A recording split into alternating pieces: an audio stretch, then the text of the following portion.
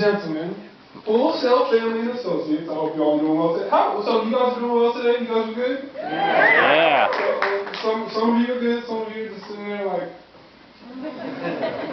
this better be good. Okay, we'll do our best, okay? So, well, my name is Daniel Stewart. I'm one of the internal producers for our fabulous team Wicked Orange.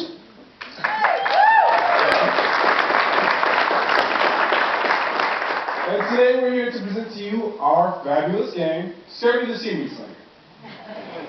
Scurvy. So, yeah. So, I'm sure you have a lot of questions right now, but before we go over the game, let's first introduce the team. So, like I said, I'm Daniel Stewart. I'm one of the internal producers from the Game Design Masters program, along with Paul Novak, my partner in crime. So, we have artist Holly Orazio. Yeah. J.R. Johnson. Yeah. We have Christopher Dillow. Andrew Casagna. Yeah. Joseph Edinger. Paul Boyas. Jonathan Rebar. Yeah. Jonathan Ross. And running the show is the Birdman, Jason Swan, back there. So I'm sure you're sitting in your seats and you're asking yourselves, what is Scurvy? You know, why are these guys down there with their bright yellow shirts blinding us in the crowd? And you know, what is this game? Are they diseased? Like, what's wrong with them? They have scurvy? What are they trying to say? Well, let me tell you, just rest assured, Scurvy is a fantastic video game. You will not catch any diseases, but it is contagious. So you will catch scurvy when you walk out. At least we hope so. And you know, you get symptoms like joy, happiness, you know, cheerfulness, you know, brightness, and you know, get a little enthusiasm going. So that's very good. So I'm going to tell you what Scurvy is. So it's a fabulous video game. It is basically a 2D sketchbook that comes to life in a 3D side-scrolling video game world. You play as a cute little crab named Scurvy, who is bound by his existence in this underwater trash heap that he lives in, but he has the ultimate desire of escaping his life there to explore life at the surface of the sea. But the problem is that Scurvy, being a crab, he can't really swim all that well. And the sea can be a pretty dangerous place to explore, especially in an underwater trash heap where there's plenty of toxic creatures lurking around. So, it's your job as Scurvy to use your seaweed spitting abilities to disable these various enemies and to also generate seaweed environment manipulation techniques, which you'll hear about in a second, to help you ultimately grapple and swing your way to the top of the trash heap and accomplish your goal of finding life at the surface of the sea. To tell you more about the art style of our game, here is Holly Orazio.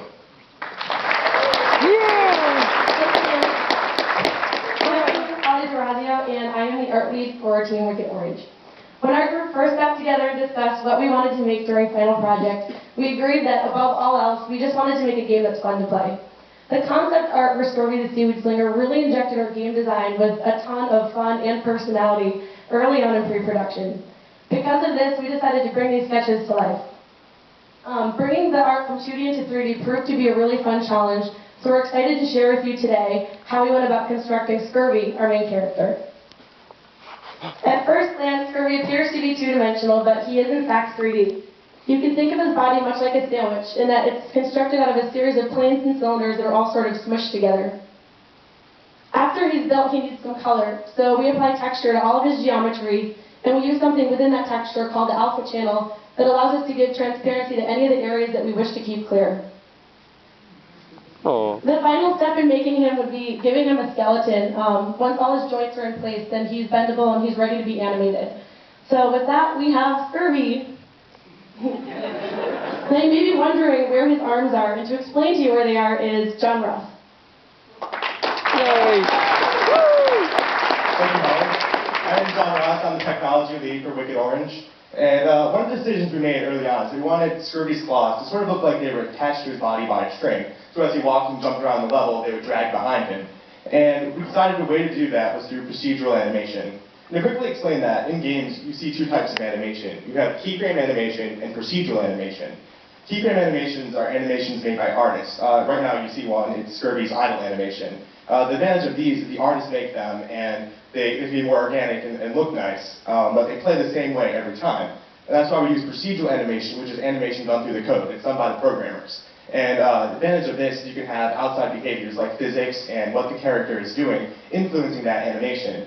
And for Scurvy's arm in particular, we use a type of cheap animation known as inverse kinematics. Normally that's very expensive in games, takes a lot of processing power. So I want to thank GP Game staff Leewood and Barry McCall for helping us implement a simpler form of inverse kinematics known as cyclic coordinate descent. I'm going to quickly walk you through how that works. Right here you see a simplified version of Scurvy's arm with 3 bones in it. And every time Scurvy's claw moves, we need to update the entire arm so it's again reconnected to the claw. So we start with the bone farthest from his shoulder, and we figure out how far we need to rotate his bone so it's again connected to the claw.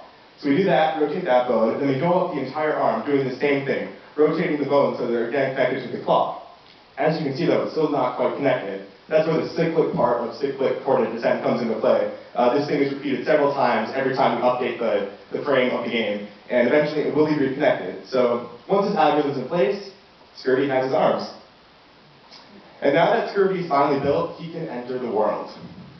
Things don't look quite right yet though, and now Joe Edinger is going to tell you how we got this to look like the beautiful game that we have now.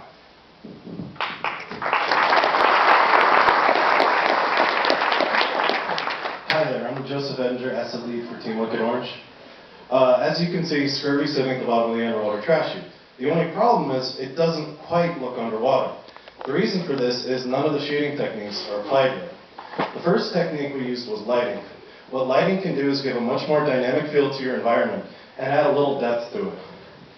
One of the ways we accomplished this was by projecting an image to the surface of Scurvy's world, which gave that kind of moving light feel that you see on the projector currently.